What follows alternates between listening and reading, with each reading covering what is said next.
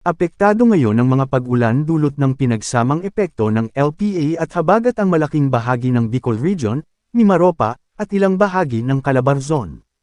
Inaalerto ang mga residenteng nasa mga nabanggit na lugar sa banta ng mga biglaang pagbaha at pagguho ng lupa. LPA sa silangan ng bansa, pumasok na ng PAR. Tuluyan ng papasok ng PAR ngayong araw ang isang low-pressure area na nabuo sa silangan ng Mindanao. Mataas ang tsansang maging bagyo ito sa susunod na linggo. Sakaling maging bagyo, tatawagan itong Kiko. Sa ngayon ay ramdam na ang maulap na kalangitan at mga pag-ulan dulot ng trough nito sa malaking bahagi ng Mindanao at sa Eastern Visayas. Inaabisuhan ang mga residenteng nasa mga nabanggit na lugar na maging handa sa banta ng mga biglaang pagbaha at pagguho ng lupa. Patuloy na mag-monitor ng mga susunod pang update hinggil dito. Ganap ng low pressure area ang cloud cluster nasa labas ng Philippine Area of Responsibility, wala pang eksaktong track kung tatama ito sa kalupaang ng Pilipinas.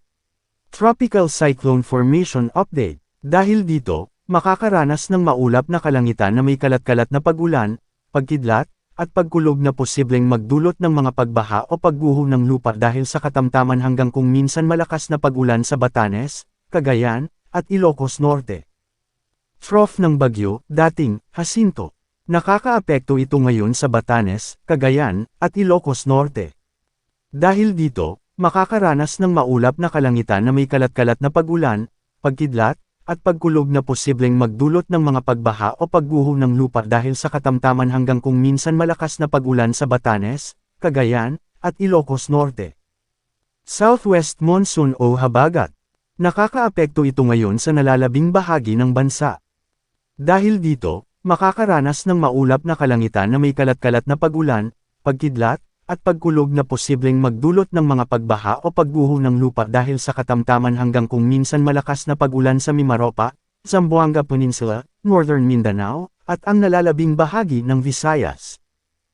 Dahil din dito, makakaranas ng bahagyang maulap hanggang maulap na kalangitan na may pulu-pulong pag-ulan o pagkidlat at pagkulog na posibleng magdulot ng mga pagbaha o pagguho ng lupa dahil sa severe thunderstorms sa Bicol Region, Metro Manila, Calabarzon, at ang nalalabing bahagi ng Mindanao.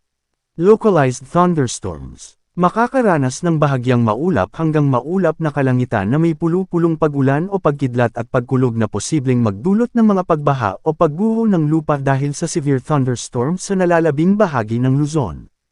Paalala, posibleng magbago pa ang forecast. Pinapaalalahanan ang lahat na manatiling updated sa lagay ng panahon at sa posibleng tatahakin at magiging lakas ng sama ng panahon sa susunod na mga araw. Manatiling nakatutok sa Weather Balita para sa bago pang updates, don't forget to subscribe.